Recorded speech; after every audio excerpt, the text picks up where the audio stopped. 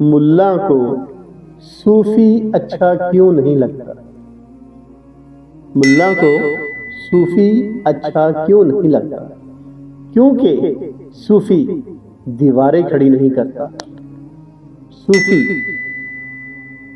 کا خدا رحمان بھی ہے، رحیم بھی ہے، درگزر کرنے والا بھی ہے۔ ملا خدا سے ڈراتا ہے، ملا جنت دوزخ کے خوف دلاتا ہے، ملا بندے کو اللہ کے قریب کرنے کے بجائے اللہ سے دور کرتا ہے، خوف زدہ کرتا ہے، جبکہ اللہ تو محبت کا نام ہے، کیونکہ وہ غفور بھی ہے، رحیم بھی ہے، کریم بھی ہے، درگزر کرنے والا بھی ہے۔ ہم ایک دوسرے سے وہ سوال نہیں پوچھتے جو ہمیں پوچھنے چاہیے۔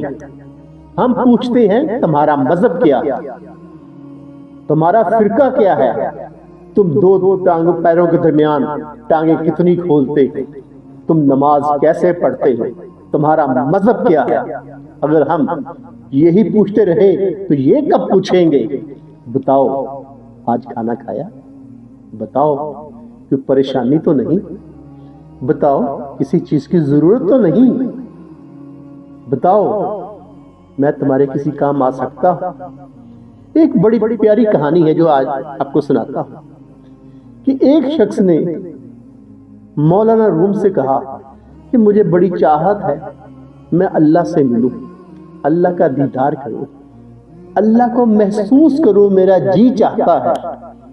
تو جواب دیا، ایک رات جب تم اپنی گاڑی میں سفر کرتے ہوئے سڑک سے کہیں جا رہے تھے تو راستے میں ایک ضعیف ملا تھا جو سردی سے کانپ رہا تھا کیونکہ بارش ہو رہی تھی، اور تم اپنی تیزی میں وہاں سے گزر گئے، اس کا حال بھی نہیں پوچھا۔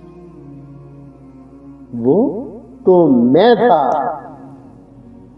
ایک رات ایک بھوکے نے آ کے تیرے دروازے پہ دستک دی تھی اور تو نے اس کو منع کر دیا تھا، وہ تو میں تھا۔ ایک رات کسی نے تجھے سے کھانا مانگا تھا، تو نے نہیں دیا تھا، وہ تو میں تھا۔